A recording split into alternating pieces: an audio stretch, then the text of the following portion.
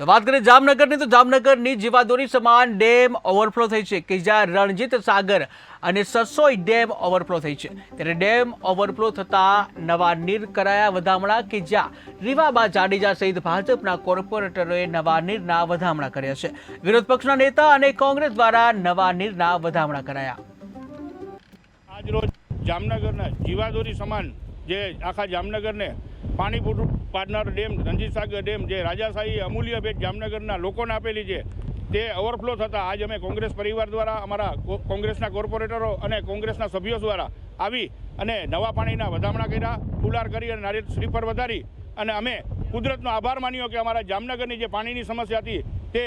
પૂરી થઈ ગઈ। એ માટે અમે આજે જામનગરમાં તળાવની પાળ અને રણજીત સાગર ડેમમાં આવી અને નવા નીરના વધામણા કર્યા।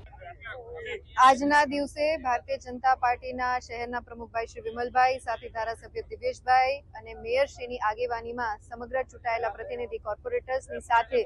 રણજીત સાગર ડેમ જે જામનગરની જીવાદોરી સમાન ડેમ છે એ વરુણદેવની કૃપાથી જ્યારે ઓવરફ્લો થયો હોય ત્યારે તે ડેમની વધામણા કરી અને અમે મુલાકાત લીધેલી હતી। આ તકે હું જામનગર માટે બહુ સારા સમાચાર કહી શકાય એ માટે હું નગરજનોને પણ ખૂબ ખૂબ શુભકામનાઓ આપું છું અને એની સાથે સાથે આવનારો સમય એક વીક સુધી હજી અતિ ભારે વરસાદની આગાહીના ભાગરૂપે નીચાણવાળા જેટલા પણ વિસ્તારો છે એમાં 78 વિધાનસભાના વિસ્તારો છે એ પણ જ્યારે અતિ વરસાદના કારણે થતી હોય